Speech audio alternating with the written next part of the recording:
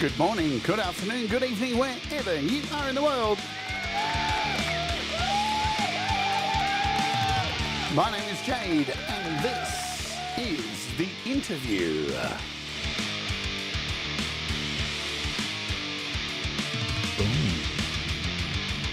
And today, from the furthest regions of Germany comes Music with Bite with Marc Wolf from Forest of the Wolf. Let's kick things off with a track called The Wolf and the Moon.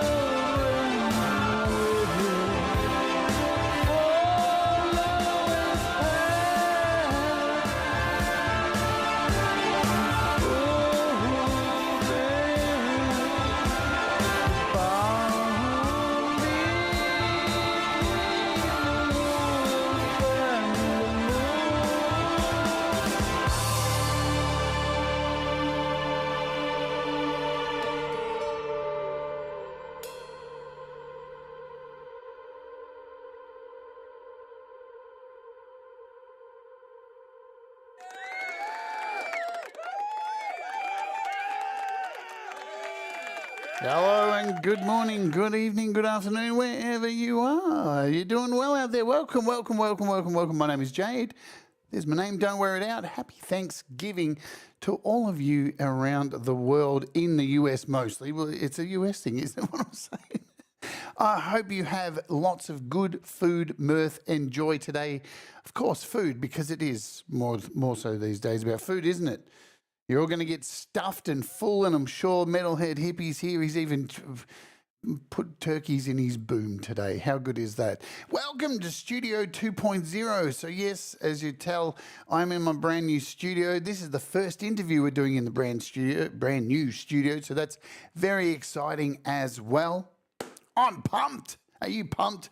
That was the Wolf and the Moon from our very special guest, Marc Wolf of Forest of the Wolf. Now, you may have around the trap seen this talented human being producing music. He's been producing a lot of music over the years that I've known him, and he's very super supportive of so many other artists.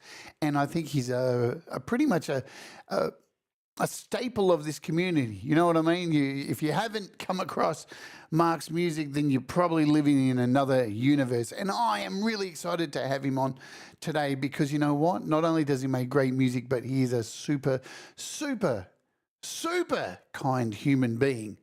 Okay, so we are going to bring him on, shall we? And we'll say hello to you all as we do around, 30 minutes time, if that's okay with you. Let's do it. Let's bring him on. Make sure I've got all my sound sorted out and everything. Without further ado, welcome to the show, Marc Wolf. Oh, yeah, let's do it. Boom. Hey. Hi. How are you, my friend? Yeah, I'm doing good. Hope you too. I'm good too. Yes.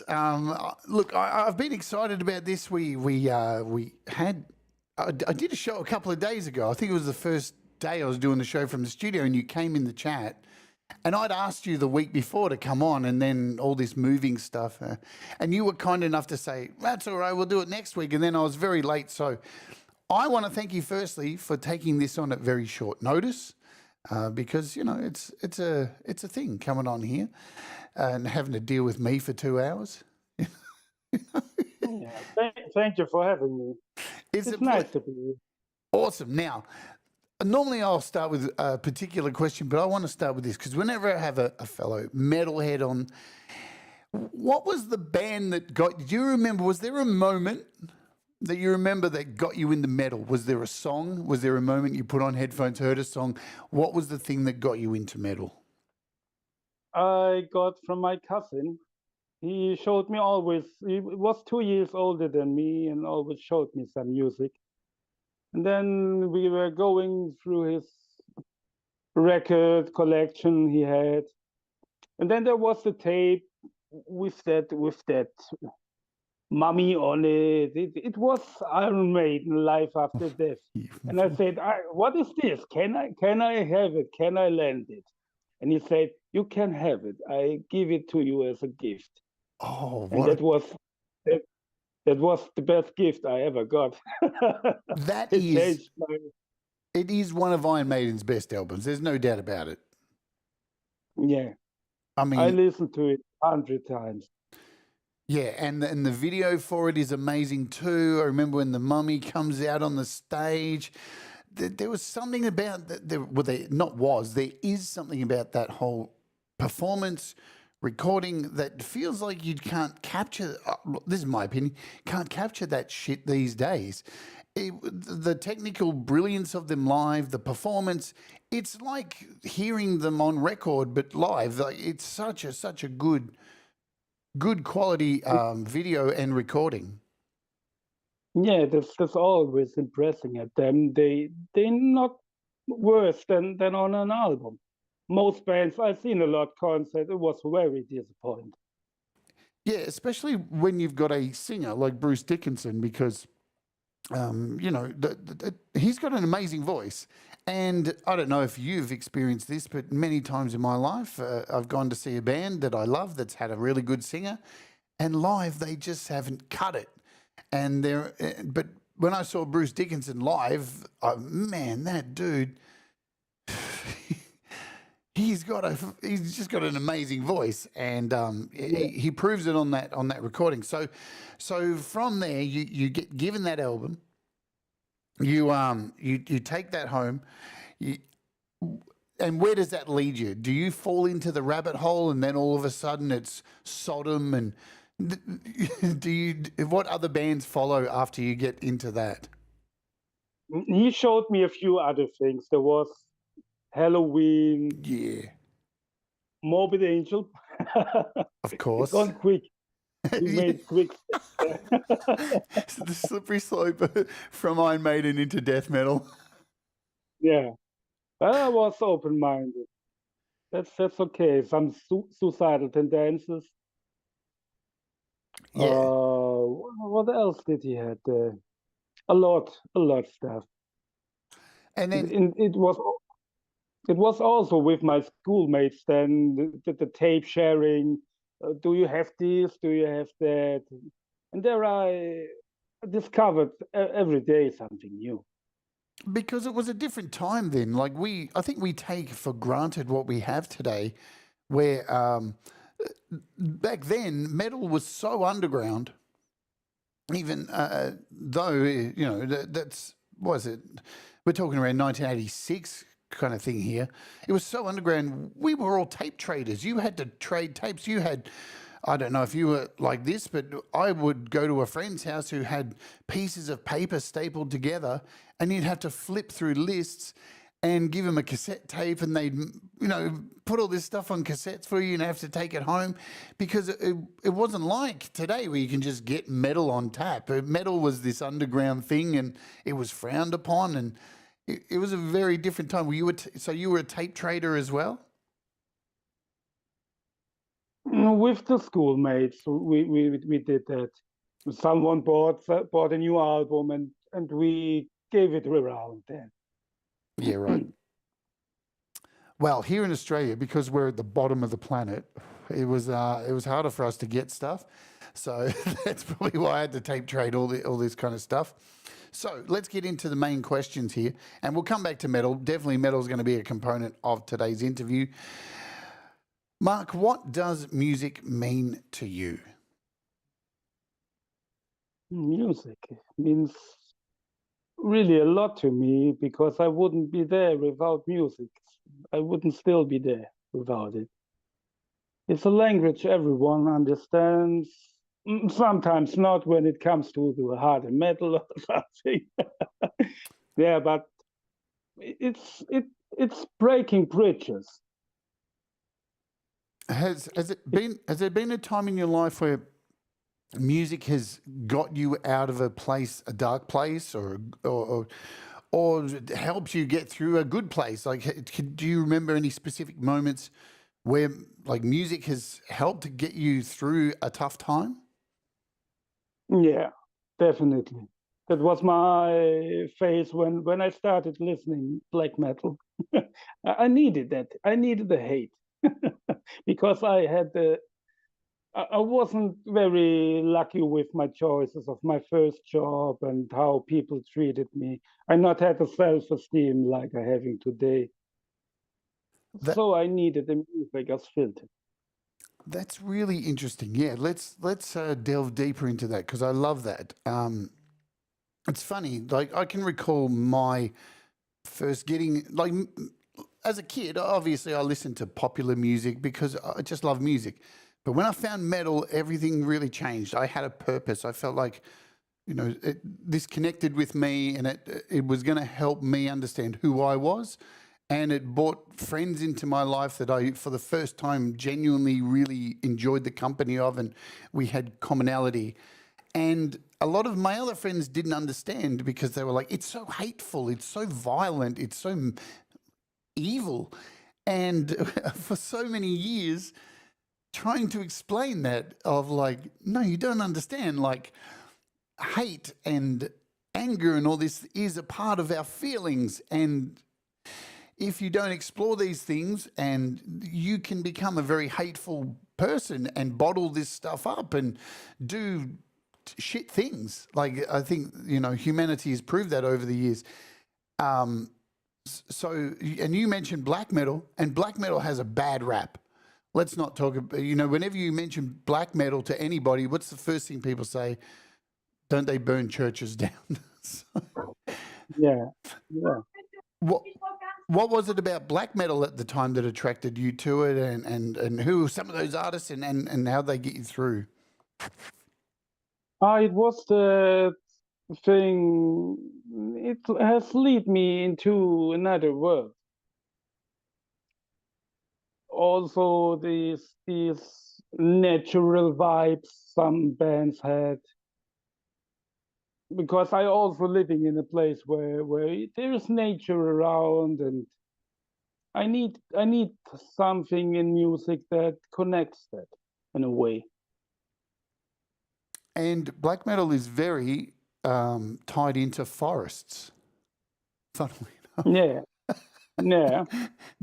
Did you ever take photos of yourself wearing the corpse paint under the moon in the forest? No. No. I would like to see that. Yeah, but then I must shave my beard. Yeah, but there are artists out there who actually have beards and do corpse paint, I do believe. I think King Diamond. Yeah, King Diamond. Yeah, definitely. Always had the mustache. Yeah. Yeah. It's funny. Like the corpse paint is. I remember performing in one of my bands, FMC, back when we were called Filth at the time, and I wore corpse paint at one of the gigs, but we were taking the piss. Like, that's just what we do. And people in the audience, some people wanted to bash me afterwards. They were like, well, you're taking the piss out of black metal. I was like, no, I'm not. I'm not. Here you go. Here, I'll show you. There you go. There's a photo of me in corpse paint. Yeah. I love the corpse paint. So I think corpse paint is a cool thing. All right, I'm getting off track here. So we've talked about that. So now let's go back into your childhood. Let's bring this back up here. Back into your childhood.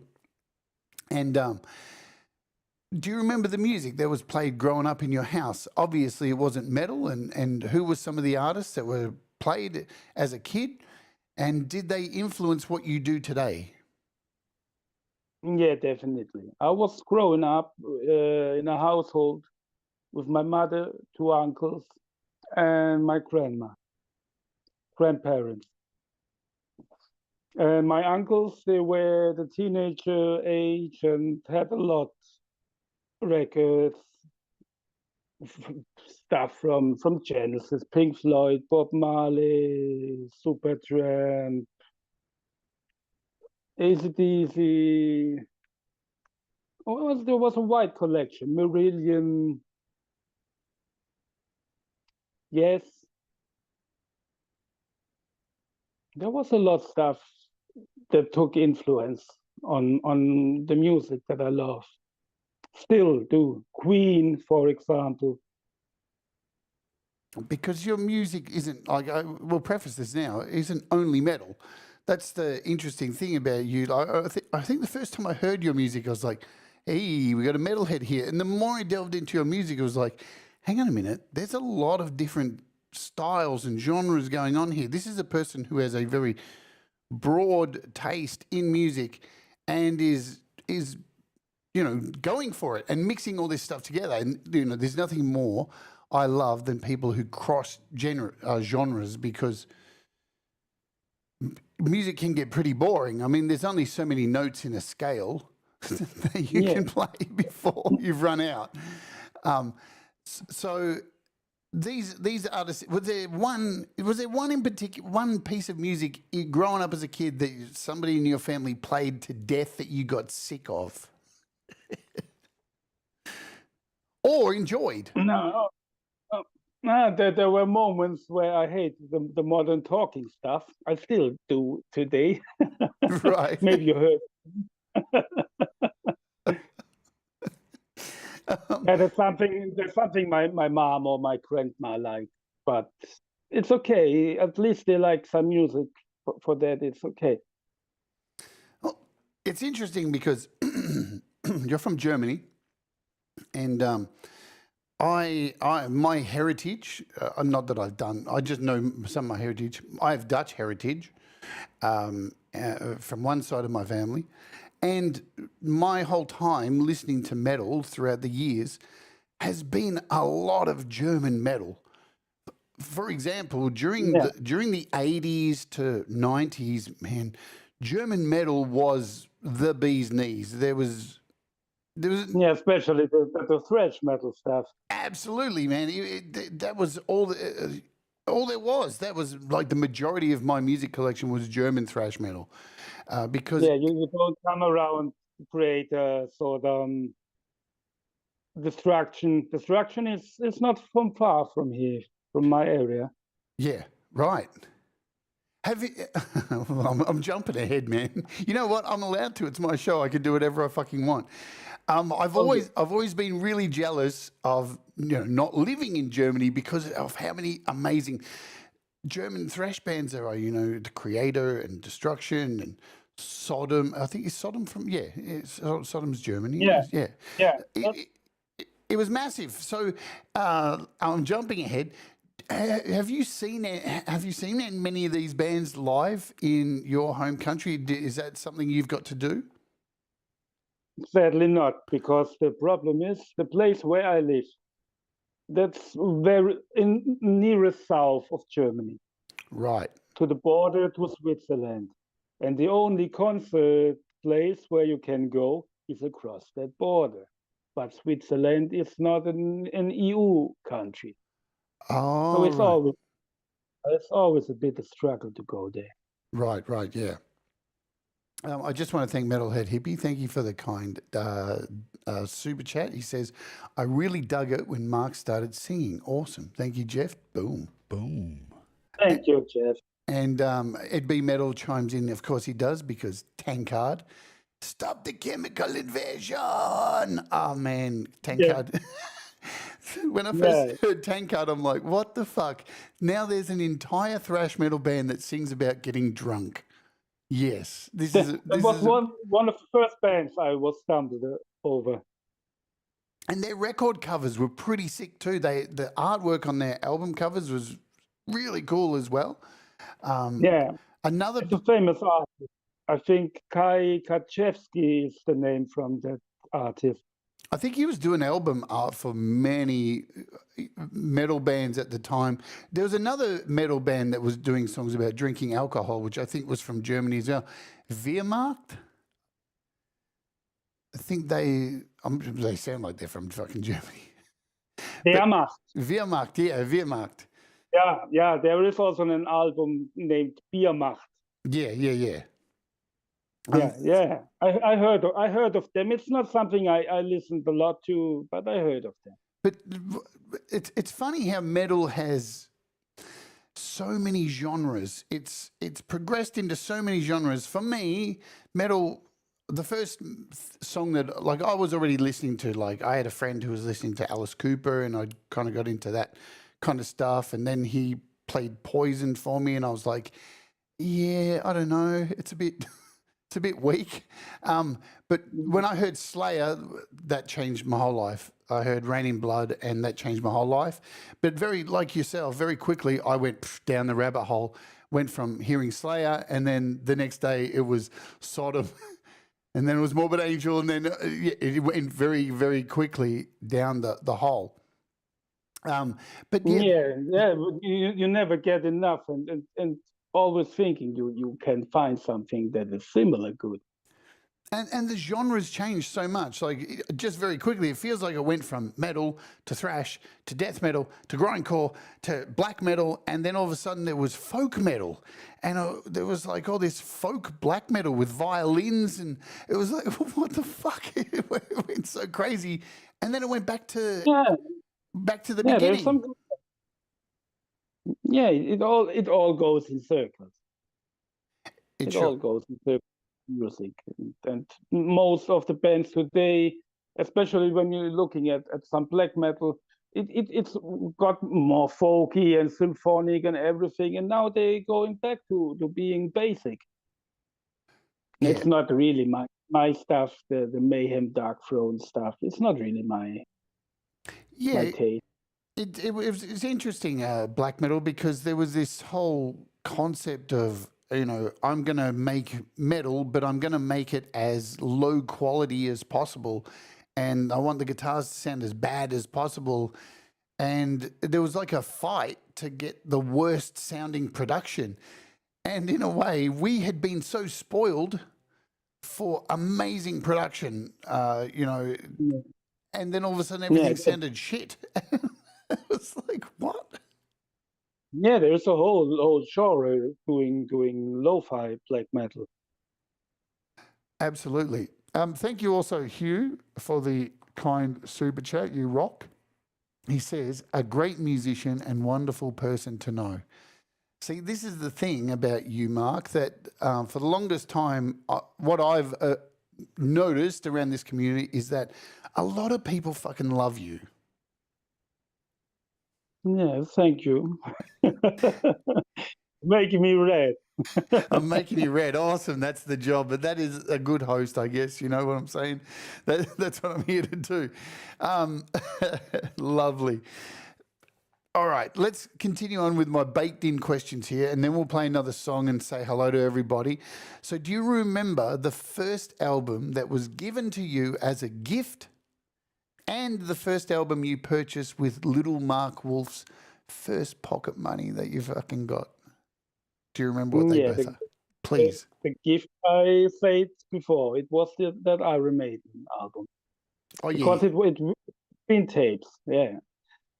But I had a pop phase before Do tell. where I bought me an album by Roxette, The Look. They were huge. They are. I know you were laughing as Weltenkinder mentioned them before, but they were huge, and I still think they did some amazing stuff. I'm not laughing because I'm laughing because it's bad, because I had that song as well. Of course I did, because they were great. You can't deny that you can't deny a song for being great. Like, even if it's not the style you like. When I remember hearing that for the first time and going, oh man, that's so catchy. You can't stop singing that song. And Roxette, they had that magic. Yeah, the singer was fantastic. Yeah, absolutely. Did you fall down the Roxette hole and collect all their stuff? Not all their stuff, but I had some. Yeah, I had 3 albums after that also bought. It's I fun. like it. Yeah, it's funny, because now a lot of us as metalheads, we get labelled with, oh, you just like metal, you don't listen to anything else. And for some, like, there's a lot of metalheads I know that are like that. They're so stuck mentally in their head, they're just, if it's not metal, it's shit. And I remember being like that for a time. When I was younger, when I was in my late teens, I was vehemently like, if it's not metal, it's rubbish. Get it away from me. Yeah. But I was like, yes, I was like, I was stubborn, but I had the background from my childhood, and these things I not forgot. They were burned in me, and I often going back to listen to stuff from back there just for the feeling, also for the good music, yeah, because some bands they are timeless good. yeah, absolutely. And I think, for me, if it wasn't for being in a school band and being forced to play other music outside of metal, I wouldn't have been as varied in my music. I think it's very healthy for people who like one particular genre to listen to other things, or you will become trapped in this much range. You know what I mean? Yeah, exactly. That's the thing. I before I made music, I always had a bit of talent for it, but I was more a musical listener. And see, I bought CDs. I have thousands, and I listened them all. I love that. And see, And yeah, go for it. and Go for it. it's not everything metal. There is a lot variation between. I have some Michael Jackson stuff, Prince, Beatles, Simon and Garfunkel, Lana Del Rey, Jean-Michel Jarre, like everything. The Killers, or I not set any limits there. Because not all the time you want to listen to music that makes you want to kick walls down. Yeah, exactly. But when I have But it's there for the moment when you want to kick the walls down. yeah, or when you have to try to tell the neighbors something. Oh, hang on a minute. So hang on. So you got problems with the neighbours. Hang on. What's going on? In the old apartment as I was, it was often loud and they played their music. And I thought, hey, let's show you something. And then it was silent at them. They gave up. No. They don't go long when they're having Slayer for an hour. Yeah, they just gave up. Man, I was saying to Brad yesterday, I think I was saying to Brad yesterday, I'll bet my neighbours from my old house are so happy I've moved out. Each weekend now they don't have to hear me growling, doing all that shit. They're probably so happy now that I'm no longer there. Let's play a song, and I've got a segue because we're going to play a track called Dance With Me Tonight.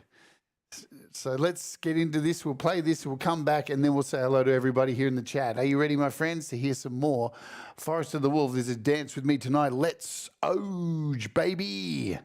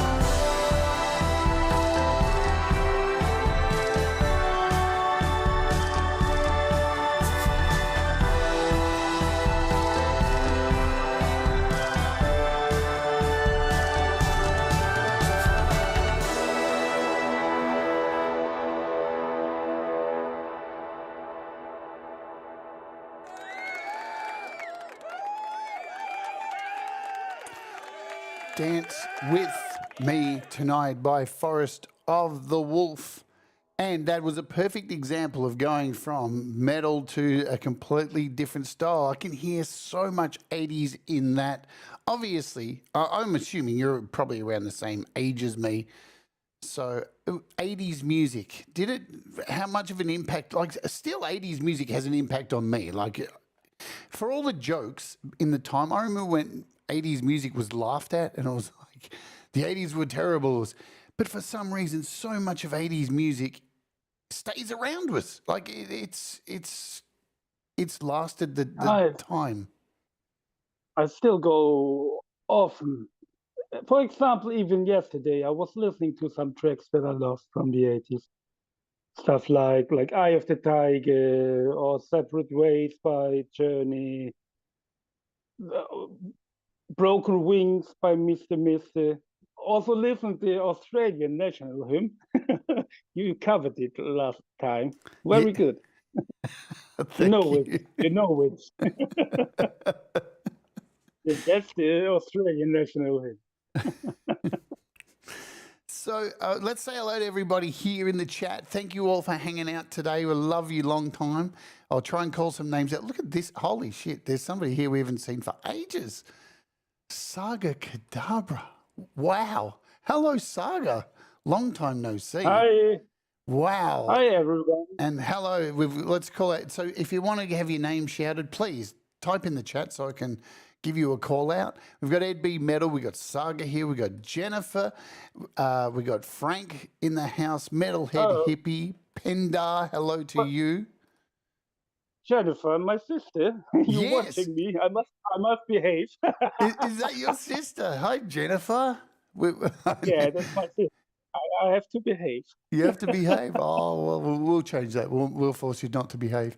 Paul, welcome. We've got Jerry Combs. Of course, Thomas Christ is in the house. Scott Borthwick is here. Let me scroll up. I saw Brad Example earlier. Pete Johns. We've got Lux in the house. Let me see on my list here. Who have I missed? JDL's rocking it out with us as well. Hugh Caldwell. And my list only goes so high. So give us a shout out below and so I can remember who's here. Audio video says Wolf. I know there's a lot more people than what I've just called out. So if you are here, I'll try and catch up with you later on if I've missed you. Now, my brain hurts. All right. So, Jennifer, welcome. Thank you all for coming. Yeah, thank you so much. Thank you all for coming.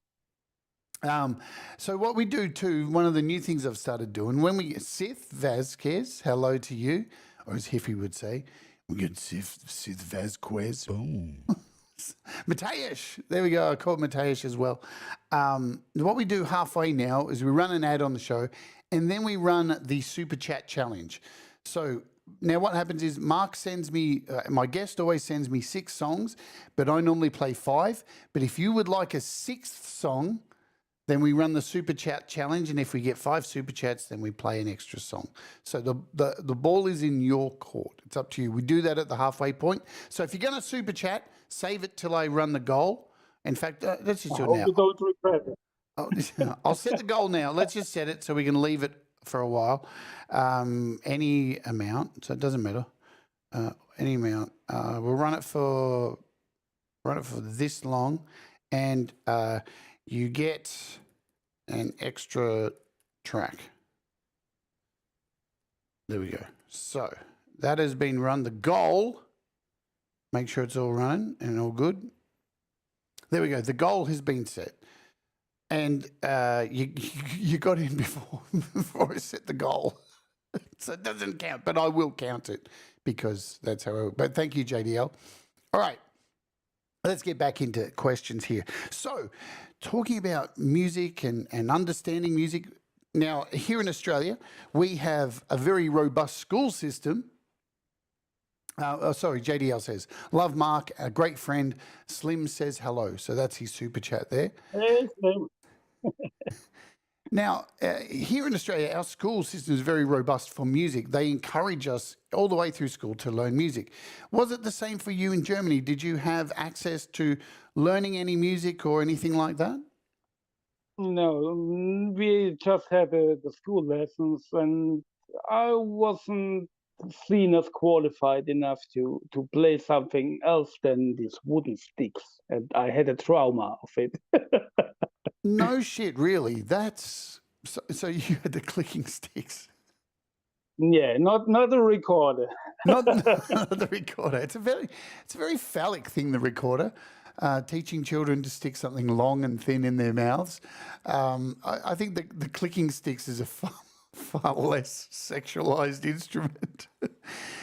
But so at that time, did you want to, like, were you into music and wanting to actually play music and had dreams of wanting to play in a band and make music as a kid? I was always a bit jealous to the people who came there and played with their keyboard or played violin or something which they were learning, and I thought, hey, I would like to do something too. I didn't know before what I will tell you then. There was a time when you Catholic, then you having communion at a time, and there is always a meeting with different children and the parents. After that meeting, there was a break. All the other kids gone out, and there was a piano. And that piano, I heard it calling me. And all the kids gone out. I asked one of the mothers if I can play a bit with it. They were talking to each other, and I was playing that thing. Then she turned around and said, "How many years do you have lessons?" I said, "I played the first time." What? Yeah, I had a talent for playing something with kids. So would you class that's really cool. That, I still struggle with a keyboard. I took it out very late. Would you call yourself predominantly a keyboard player? Is that the instrument that you gravitated to? Yeah, that's my main instrument. Yeah. And I also can play tin whistle, which I bought me one. And I have an ukulele where I'm really bad at. I don't understand something with strings. That's also the problem with playing guitars, and it hurts me as a metalhead to not be able to play a guitar. I'm just stupid. I don't understand it. no, you're not. You're not stupid at all. It's funny, guitar was like first instrument I really got into playing, but I was already singing. So singing's my main thing, But guitar was just a thing to do because I felt like I needed something to do with my hands. That's so weird. So you obviously you do play guitar, do you? No, I always wanted to buy me one, but my life situation isn't the easiest as I'm retired and my budget is I can buy me some food and the necessary things, but not more. So that blows me away because, all right, we're just diving in. What do you do to get your guitar sounds on your songs, like to get that heavy sound that you have? These are synth or MIDI guitars. All right, I'm officially blown away because I like to think that I have a good ear for picking MIDI guitars. There's not too many people who are very good at pulling off MIDI guitars. Thomas Christ is very good at it. It's very hard to tell Thomas Christ, predominantly doesn't use a real guitar. I had no idea. And normally I will sit there and go straight away, that's MIDI guitar. I can pick that. So Yeah. absolute to you. There you go. I'm doing Alice Cooper for you because that's a really hard thing to pull off. Because especially with metal, because metalheads are so fucking judgmental. we can tell. Yeah, I myself. You must also see that the program that I'm using, that is from the last millennium. So every guitar you're having in there, you're working for hours on it to make it sound, because that's nothing sounds good. It's not like the newer programs where you're taking a ready sample. It's not like that. I must build that. Yeah, I'm impressed. I want to thank everybody for reaching the goal. So we're getting an extra song. Goal has been reached. Let's give a quick shout. Saga, Metalhead Hippie. We had Sith, Mateus, and lastly here, Ed B Metal. And he's got a question for you. Question: who rocks more, Asphyx or Subway to Sally? For me, it's S13. For you, it's Subway to Sally. Love you, brother. You know, we had a great time. We were accidentally streaming some metal festival, and then I saw him in the chat there, and we came to talk, and we waited for Sodom playing, and before that there was a German folk band, and they were poor. They were really hard to take, and we made jokes about it. And so now it became a bit of a running gag. Right. See, Ed B Metal and his running gags, cheeky motherfucker. Thomas Christ asked, do you use any Ample Sounds guitars, Mark? What do you? I guess What sounds? Ample Sound guitars. I guess this is a plug-in. No. That's all the guitars I'm using are from Reason 5. Wow, man, what are we up to with Reason now? It's like 13 or something? Yeah. Yeah. Last millennium. Yeah. But this proves a fucking point. This really does prove a point. Like we're so blessed with software and stuff that we have these days. Everybody's always racing to get the next new thing. Like there's an update and I gotta have that. Oh, I have to have that. And you don't. No. Because there's so many plugins from ages ago. Like I still open Cool Edit on my computer sometimes to do a quick edit on my desktop because it's so old and reliable. And that thing was the first thing I ever made music on a computer. So this just proves it's you don't need the newest or best stuff, because in first line it's what you are doing, and it's more you having a contest to bring something to work, the more heart you're putting into. Yeah, absolutely. Like the software doesn't write the song. That's the thing that people forget. Exactly. And in today's modern world of YouTube and just the bombardment of you need this, I think that's one of the main reasons so many people get crippled making music and get stifled so much, because they're bombarded with so much, you need to do this, that their creative juices don't really get to shine through all of that, and you're overloaded with product. Yeah. You need only the stuff that works for you. Yes. Because everyone has a different way to making music. I was making a video showing how I play my music, and people, their jaws drop because I'm playing with the keyboard from my laptop. I don't use a MIDI keyboard. I play with these keys. I learned that how it works, but for some people it's mind blowing. Absolutely. I hear that 100%. Let's play another song, because we've been forced to play 6 songs today. So we'll play this and come back, and this is where I want to find out more about your song creation, and I want to find out, whenever I've got somebody from Germany on the show, I want to find out more about Germany. I love Germany, was one of those places which I haven't been to, and seriously, it's on my bucket list. I've got to do it next year for sure. Let's play. This is called Talking to the Stars. So, folks, grab your ankles and get ready because we're going to do some Talking to the Stars. That's OG. You ready? I'm ready to go. Let's do it. Boom. Boom.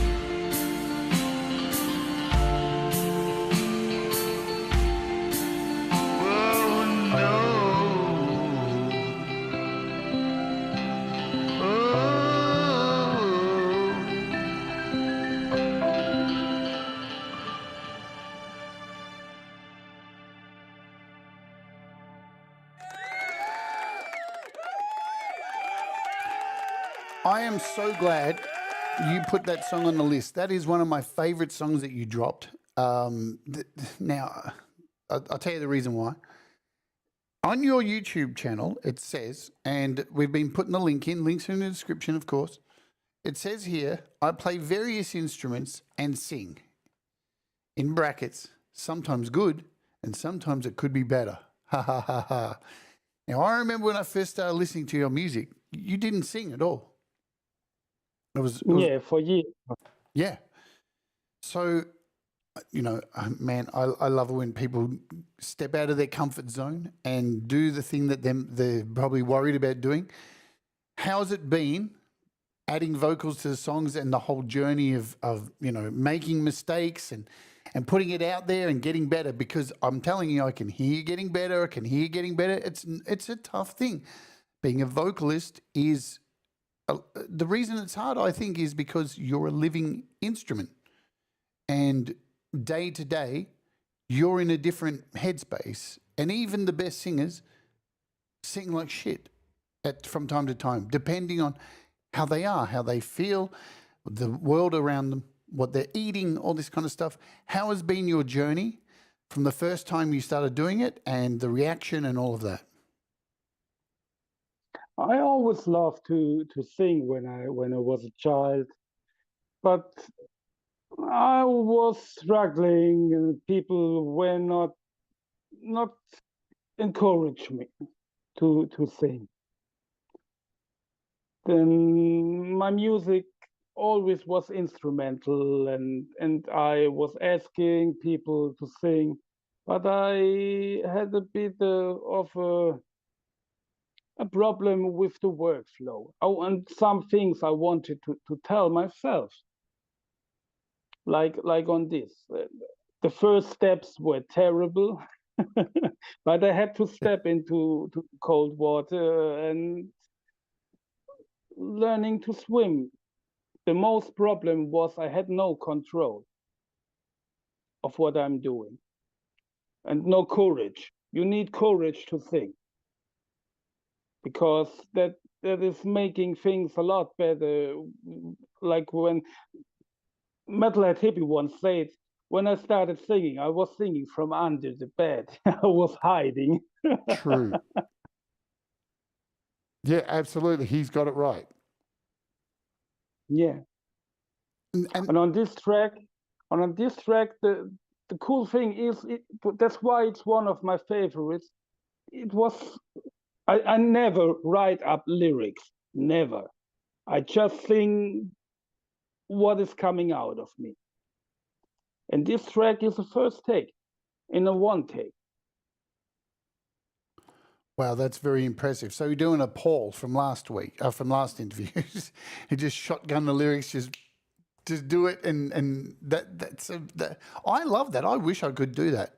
But you're right. Like, singing begins the first place. You can go and have lessons all you want and get better and better. But the first thing you really need to learn is to sing big, and it's really hard.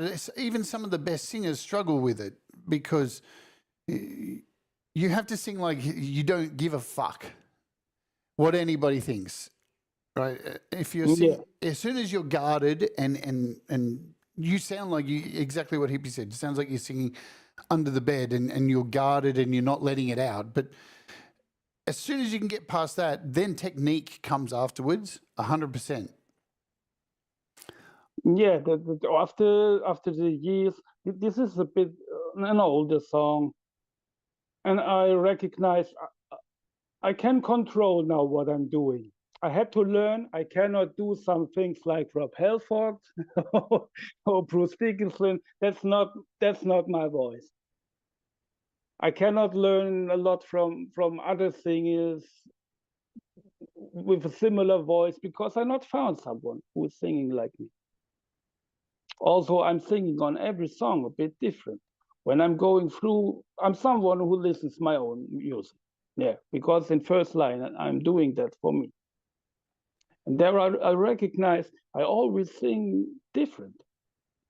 It's still me, but the voice changes.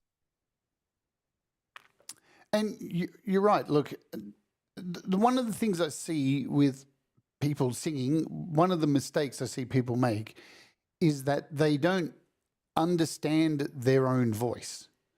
And when I used to teach singing lessons to people, one of the main things I tried to, you take somebody on to teach them, and you have to listen to what their range is, who they are, and find out what their makeup is. Who they are is very important as a singer, just as a person.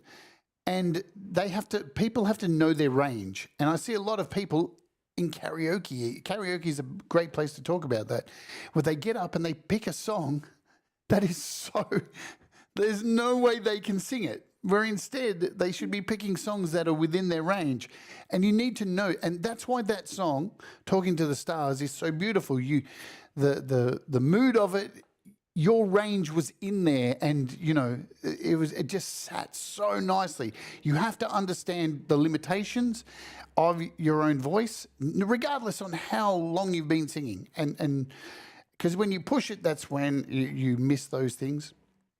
I just love that you're singing, and and I want you to continue pushing and pushing and pushing, because you will get better and better and better.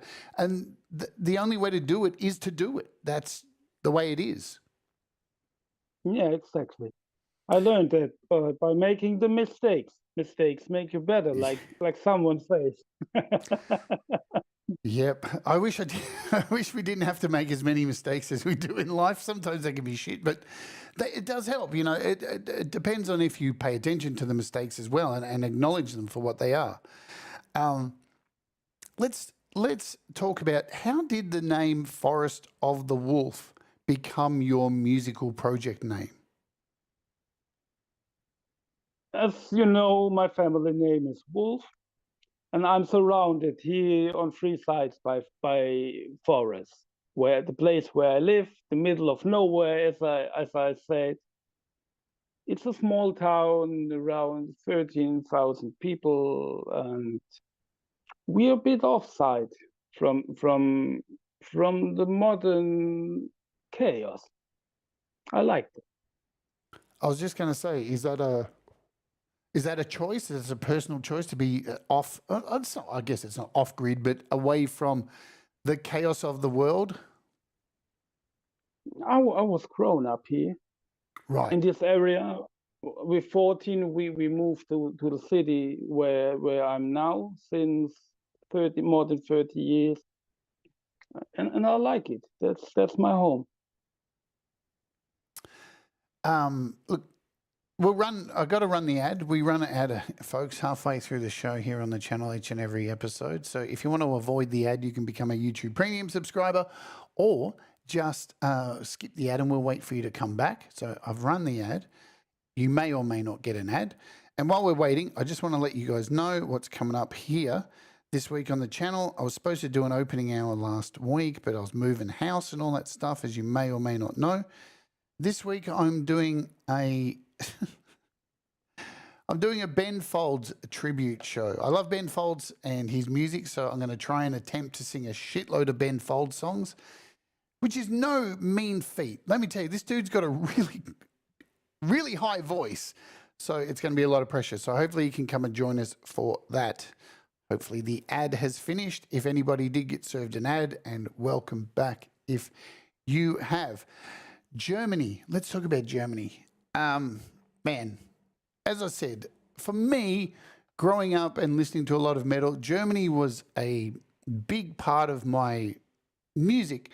And we had a record store here in Australia called Pipe Imported Records, which was run by a German guy. He wasn't German, but he liked to say he was German. Anyway, and his label, he eventually turned his store into a record label called Modern Invasion Music. And he would import all of the stuff, like, Creator, Destruction, all that kind of stuff. And that's how I got hold of all that music back then. And that led me down a rabbit hole of many Oktoberfests here in Australia. Yes, believe it or not, we have Oktoberfest here, and it got me drinking German beer. Beck's beer, I think Grolsch, so many German beers I was addicted to. Are you a big German beer drinker, or do you drink at all? I don't drink. Wow. Have you ever drunk? Yeah, I did, but it's not made for me. I turned to another person, and mostly I'm starting to vomit from it. I'm not made for drinking. And that's, hey, you know what? That's so cool, because I think that is an amazing thing to be able to decipher and say, because a lot of people can't and continue. And Yeah. They still think they could, but they cannot. so, living in Germany, like, have you traveled outside of Germany before, or just in your town where you've lived? Not too much. I was in Switzerland. That's 15 kilometers away. I was in France, in Austria. I was in Luxembourg. I cannot read it. What is He he says saying? Grolsch is Dutch. See, I didn't know, but Okay. German beer does rock. So Switzerland is just like on the border for you. Yeah, it's also great there. I always like the visits, but you need a lot of money for being there, because they getting far more money than us at their jobs. Right. They're also coming here to shopping, to Aldi, to saving the taxes and going back. But when you going to their shops there and looking at their food, their chocolate, their noodles, and whatever, that stuff is it's amazing. And then they're coming to Aldi and eating the cheap stuff. So your sister says our hometown is sweet, the forest and castles. So you've got castles around you as well too. Yeah, there is a castle, and there is a Tower Rock a bit up the hill. I never was up there because it's very stair going up there, and I'm not made for walking uphill. Know your limitations. Yeah. Yeah, see, I need a tent. I need some of these tents, where you're getting new air. Then. Yeah. Need an oxygen tank as you go up. I would love to see some photos of you in the corpse paint in front of a castle. Now that would be cool. Maybe we can make it. Maybe my sister can make me the corpse paint and taking some pictures. Then we do it. We've got to make it happen. Jennifer, can you do corpse paint on Marc? Take him up to the castle, and she said we can go for a walk, Marc. And yeah, she is very fit. She got more talents in these things than me. We've started beer chat here. So Hugh says Grolsch is only 4% here. They ruined it. Hugh, there is even 11.6. Elephant beer is what, 9%? Listen to me, like I can't tell you how many. So a little bit of history for me with Germany. Just to let you know, my ex-fiance was German, and we packed up our stuff and moved to Queensland because her family had a German restaurant in Queensland called Alpenhof, and I lived there for about a year and got to learn how to cook in the kitchen. I was already a chef at that time, but I got to learn the family restaurant and got to cook, deep fried camembert, roll mops, all the beautiful stuff, all the German food. And at the time, because I'd just come out as trans, they made me wear a dirndl. Okay. While I was at work. Yeah. And that was an experience, let me tell you, every day. It takes a bit to put those things on. So yeah, I just can't tell you. I just love everything about Germany. It's just such a wonderful place.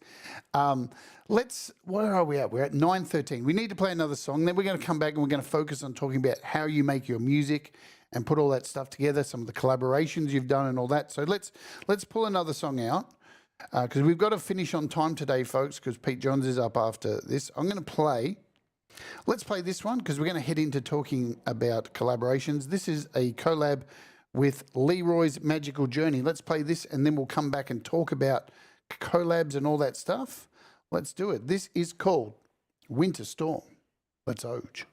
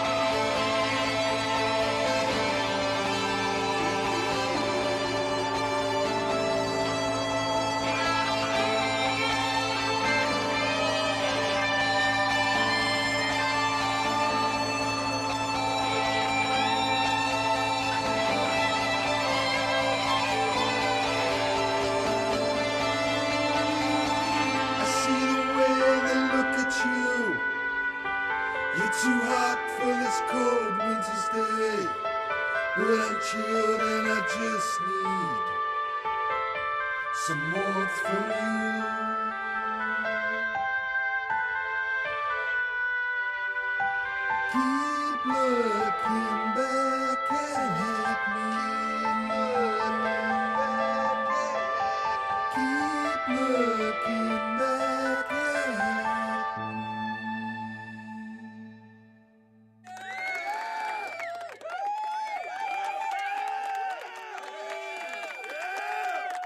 Winter Storm by Forest of the Wolf, a collaboration there with Leroy's Magical Music. I always call him Leroy's Magical Journey. Why do I do that? Musical Journey. Now, we've had Leroy on the show as well. How did this come apart? Because Leroy's incredibly talented from Australia. How did that come about to make that song? The funny thing was, I was posting this one day before I met Leroy the first time as instrumental. And then he wrote, Marc, I like your song. Would you mind when I'm putting some vocals to it, a bit guitar and the video? And I said, I looked through his channel and seen, oh my God, this guy is really talented. Surprised me, my friend.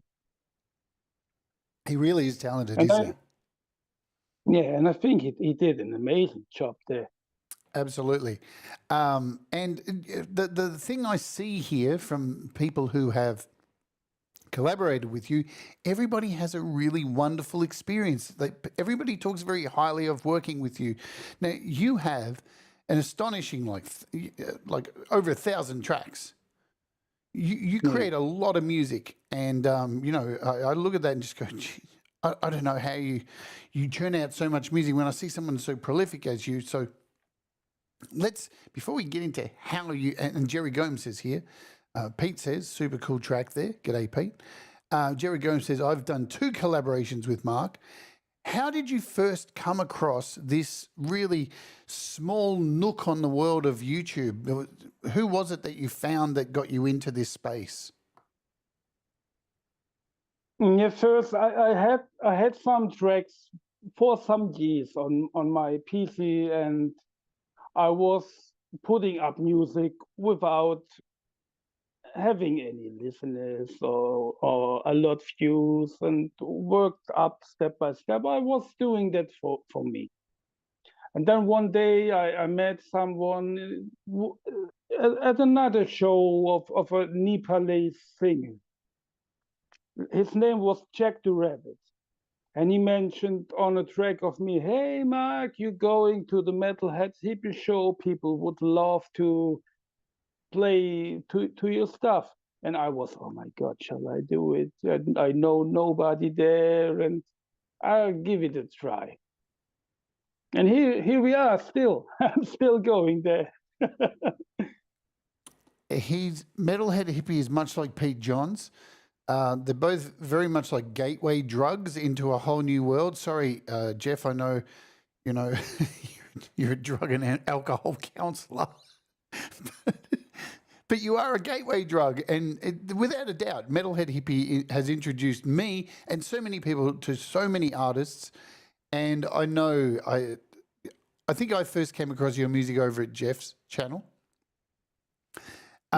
So how has that been? Like, he's still obviously playing your music, and he's a big supporter of your music. I know when I advertised the show, I actually added Jeff into it because, he always says, folks, when you put the hashtag Metalhead Hippie in the subject and make sure you do, and it takes about 2 hours to tell everybody how to send a song in and all that stuff.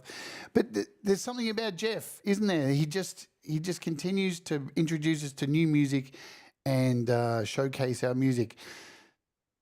I'm sure you have good things to say about our friend Jeff. Yeah, definitely. He does a stellar job there.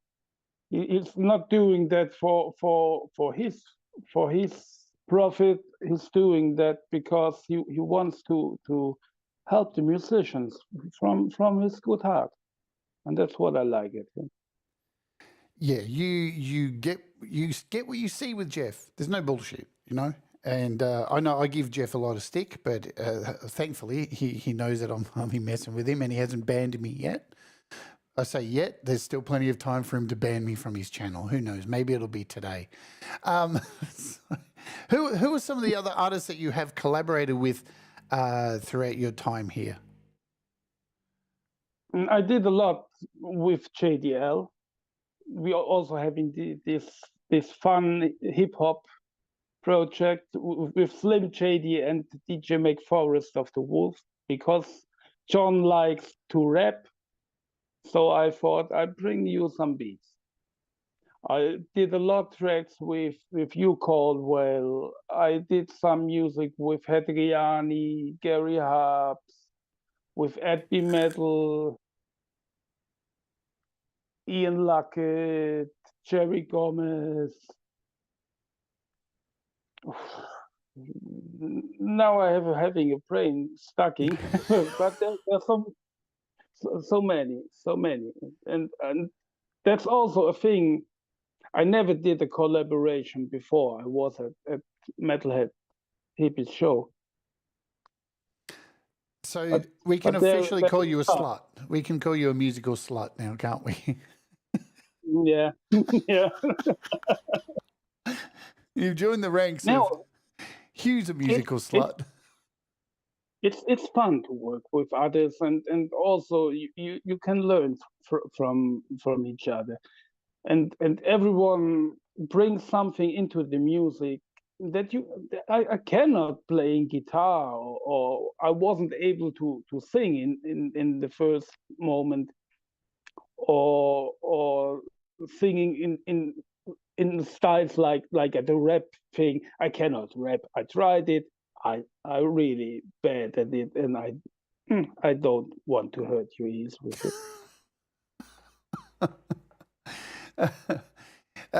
Hugh says, I am a musical slut and proud. We love you for it. You know, I say musical slut solidarity. All right. More people should do it. Yeah. What is the process for you? Because I know some people do collaborations different.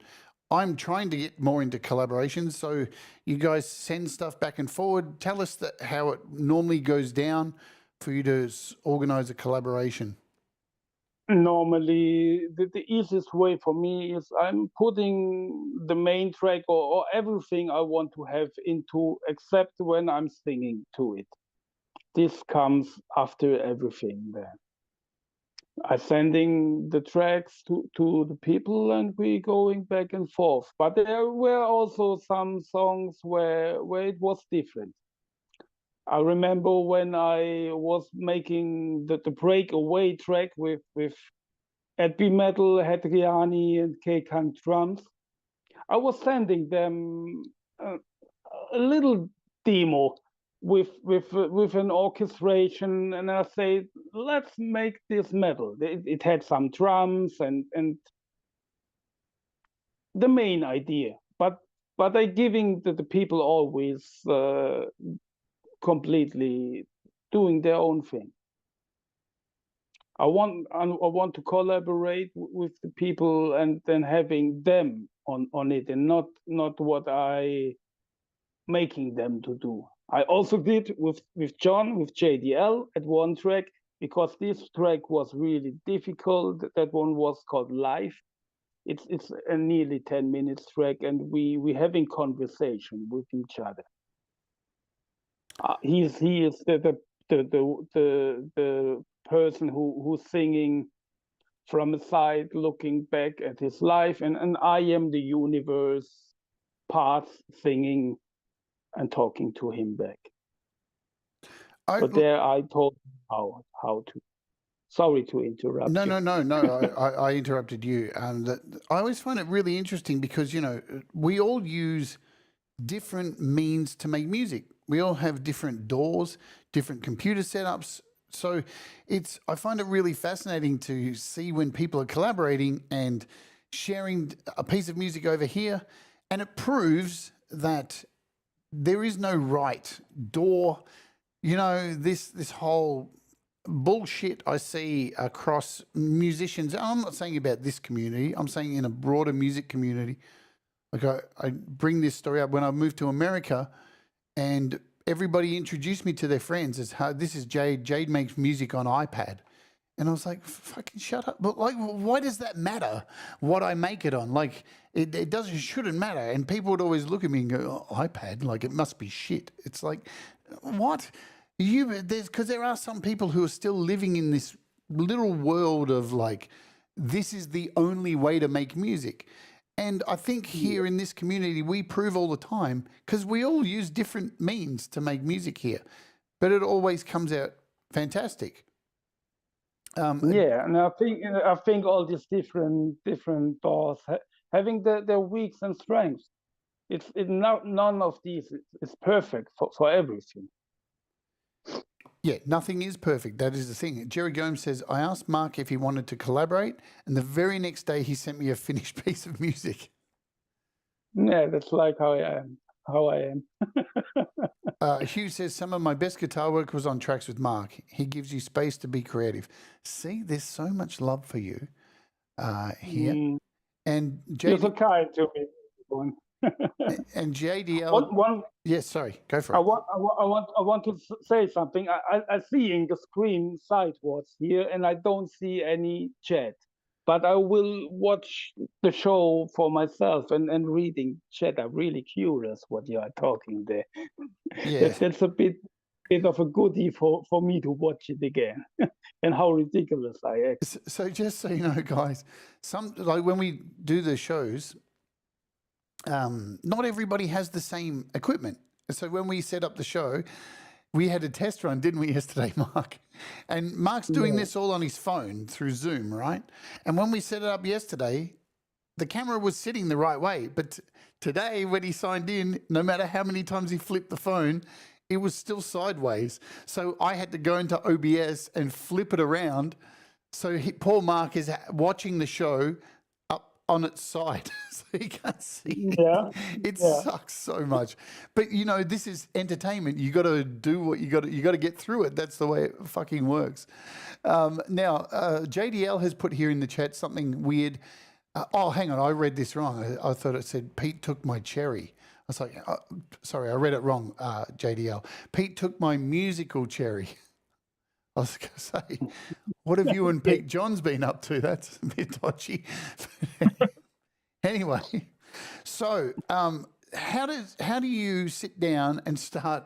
What's the process for you to start writing a song? Because you are so prolific. Is there a process? I hate this question, do you write lyrics first? I know most of the time it's different, but for you to put together the beginnings of a song, how does it mainly start? Is it a keyboard or what is it? It changed over the years. In the first years, I always was putting a title on my setup and then trying to fill the title musically. But now, after that many songs, no more putting any song titles because that's the hardest thing to do. I'm starting mostly with a main idea, a piano melody, or I discover I still haven't used everything at the store, every sound they're having, and think, okay, now you're testing to do a song with this or with that, and then I go with the flow. Now, when it comes to gear, because as we've kind of discussed, we live in a world where everybody and their dog on YouTube, and hello, Michael Zealand as well, and anybody who's joined us since I said shout outs at the start. We live in a world where everybody on YouTube tells you, you need this to make, you need this to make music. No, and you've got to have this, which is very frustrating a lot of the time. And I'm a part of that ecosystem sometimes, I feel, but I do try and say, whoa, you don't need to buy these apps, right? I'm just showing you in case you want to yourself. Now, the gear you use, do you work on a large scale or is it very meager? Because, I think people I like to ask this question to show how you can make great music with whatever you have. What is the kind of gear that you have to make music these days? I got this program as a gift from a friend. I saw at him, he's doing some music for himself. And he said, yeah, I can give it to you. I don't need it anymore because I'm having something different and you can have this and use it. But the thing is, I lost I think 200-300 tracks, as I thought it's a good idea to putting the PC online. And then it started to make updates also to this door, and the door no more opened. Never again. All the music in there is gone forever. Oh man. We're talking about a Windows computer, yeah? Yeah. So the thing was, damn, I was broken. I was heartbroken, and I was looking for something where I can do music again with the no budget that I have. So I found the BandLab app for Android, where you can do a lot things for free. The sounds are not that great, but there I learned the most things I'm knowing today about using all the effects, because there I had no idea how to use it and at my door back at that time. A lot of tracks that, for example, the Talking with the Stars track, that was completely made with my phone. That blows me away. And just to go back a little bit, I think I can speak for everybody. I think we've all, as musicians, had that moment where something's died and we've, like technology, and we've lost a shitload of creative stuff that we've made. It's fucking heartbreaking. You can't deny it. It's worse than breaking up with somebody. Absolutely. Like, I can get over a relationship ending because whatever, but musical stuff, it's so hard. And look, and getting to, I'm blown away. I had no idea you make your music on an Android device using BandLab. I had no idea. That is just fucking wicked. Yeah, I'm still using that all for my vocals, because that's very simple to building all with the effects. I'm not a good singer singing very clean. I need some magic on it, some studio magic. Don't we all? Yeah. So are you still using that predominantly? Have you got an interface that goes into it, or how does that set up for you, or have you moved on to something else? You just said you're using it for vocals now. I'm making the song on my laptop. Then I export the song to my phone, putting it there into the BandLab app and putting vocals on it. But that's not that easy, because you can hear the song in full volume. You must put it completely on silent and singing to it. Right. And the software you're using on a computer is Reason. Is there anything else that you use and do you have an interface, a preferred interface that you're using, or anything like that for your computer? What I'm just using this. It's the only thing that's on that laptop. Right. So nothing else. Just directly into the laptop. Just making music. Awesome. No, I love that, because again, this proves, man, you can sit there and tell people to look at all this shit behind all this stuff here. Do I use all of it? Absolutely not. I think I made more music when I had less gear. And the more gear I get, the less music I make now. It's bizarre how that works. Jerry Gomes says that is amazing, and it is. I think the music can be found anywhere. As you said in the beginning, clicking sticks. That is the tribality. Is that a word? Of music, of just rhythm, of just basic banging things together. So the roots of music. Absolutely. Let's play a song, and then we're going to come back and wrap this thing up. We've got about 20 minutes left, and I know, folks, you're probably saying we're playing so many songs. Marc's songs go for about 6 minutes, so I've got to get them in, and we'll talk about that. I picked short ones. I have some going 22 minutes or 15 minutes, but I'm not doing much of them today because people, they don't listen to it. We'll talk about that when we come back. Let's play this. This is called My Dying Home, and we'll come back here in a moment. Let's do it. Let's oge, and we're oging right now. Boom. Boom.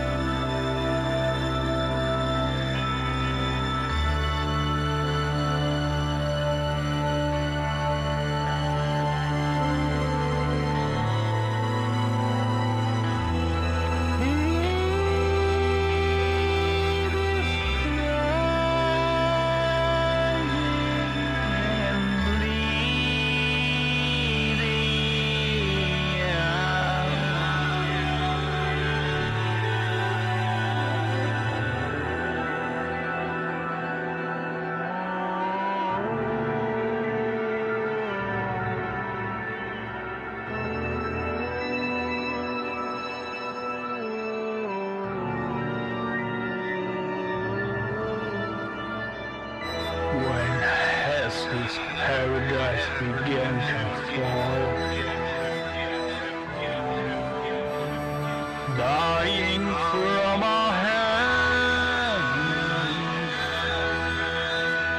Everything we do, coming back to us. One day, remember my world.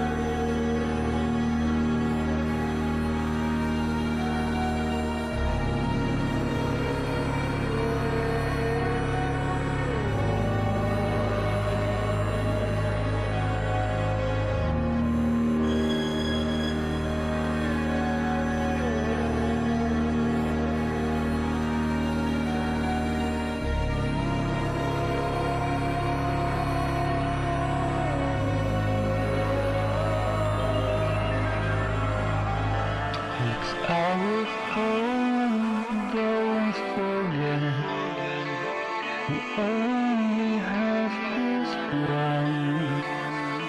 Be the best you can. I'm home without you, without your hand.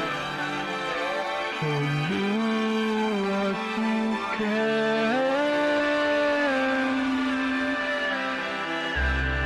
Don't let it die. Don't let it die.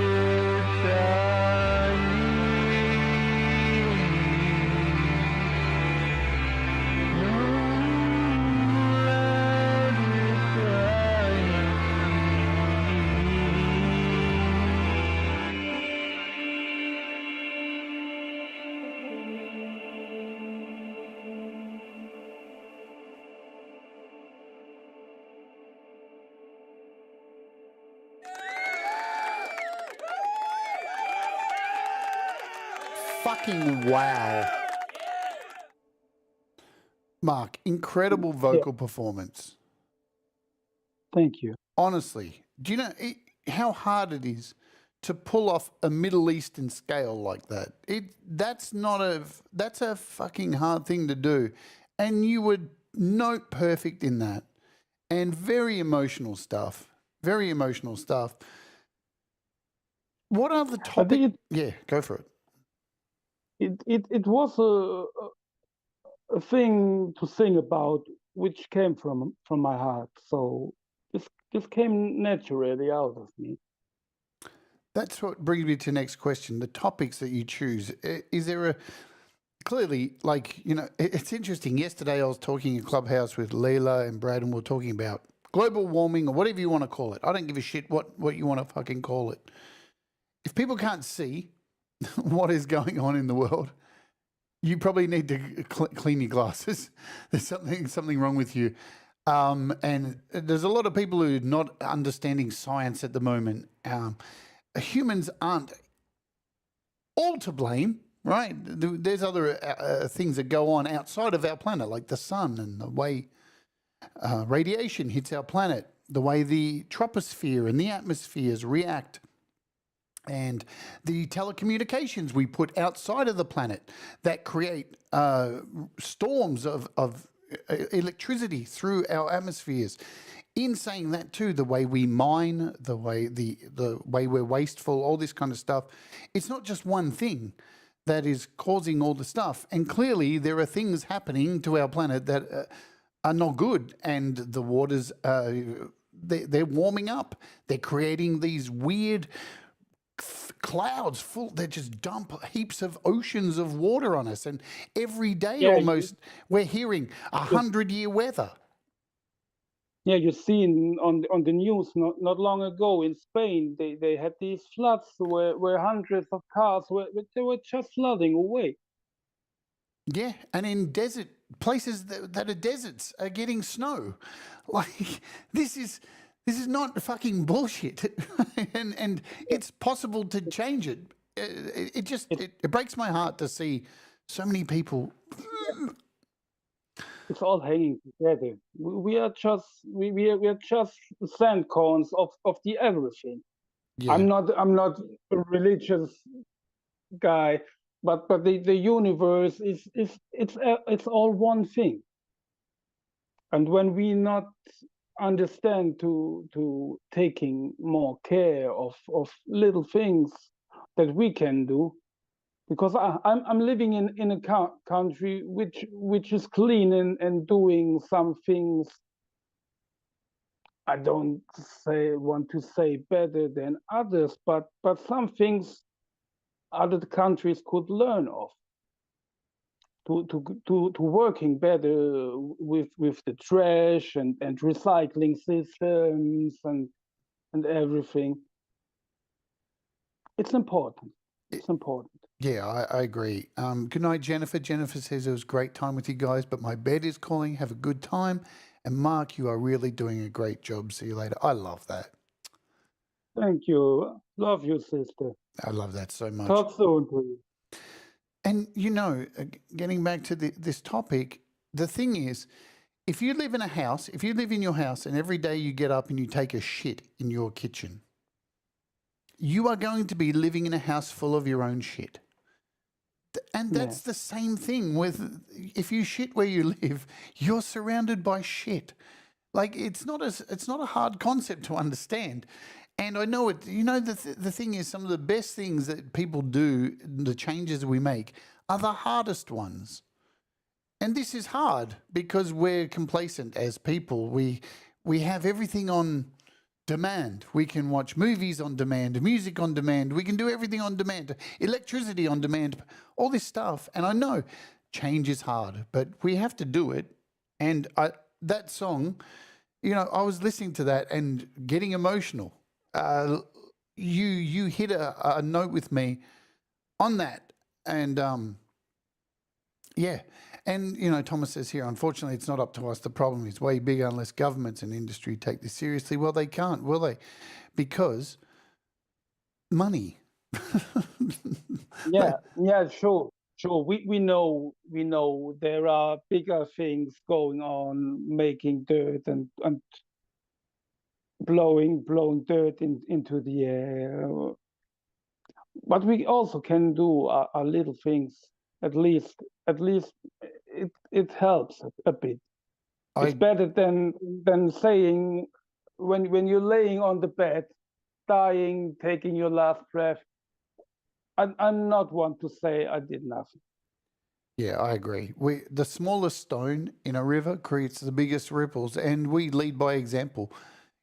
So of course, money is going to always talk with these big people, but we ourselves can do our best to change what we can do. We can do what's right, and it's good for our souls and all that kind of stuff. Yeah. Not getting lazy, because most things you're doing out of it's okay to do it today like that, and it's not. It's to stay awake with what you do, and sorting your trash when you can recycle things, then do it. Yeah, it takes a few minutes. Like, what else are you going to do? That's the thing. Like, what else is so important that you can't take 2 minutes to do it? It's crazy. So we are getting close to wrapping up. We've only got a few minutes left. I want to ask you, you have all your music on YouTube. Are you considering putting any of it on Bandcamp or any streaming services or anything like that, so people can buy your music and send you money for what you do? Because I'm sure there'd be many people to do that. Are you considering a Bandcamp page? The thing is, I am retired. And when I'm earning somewhere money, even if it's 1 cent or something, the government will ask me for what I'm getting there. Right. And to writing letters to them costs me more money than I will earn. And I was saying from the beginning, my music is for free. There are enough musicians out there who think they're making it's more important to them to make business than to doing good music. Yeah, absolutely. Absolutely. I'm with you on that. If you're here to make money as a musician, you're probably going to fail because the music industry is corrupt, and it's who you know, who you fuck, who you suck, and that's the way it is. Yeah. But and we're lucky in this community. Yeah, go for it. Not want to start some parties like Mötley Crüe then or something.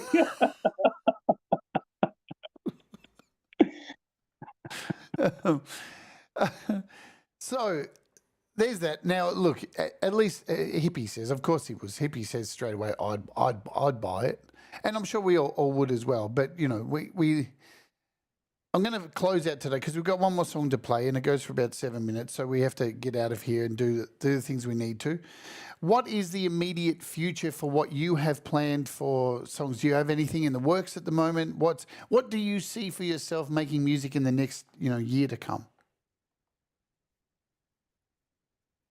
I'm going with the flow. I still feel I haven't told everything with my music. So there is still a lot coming from the source I'm drinking off. I don't know what's going on there, but I take as much as I can. And be sure there will be a lot more music in future. That makes me very happy to hear. So now we're going to go over the last song. I've got the last question for you that we ask everybody, so that's still to come.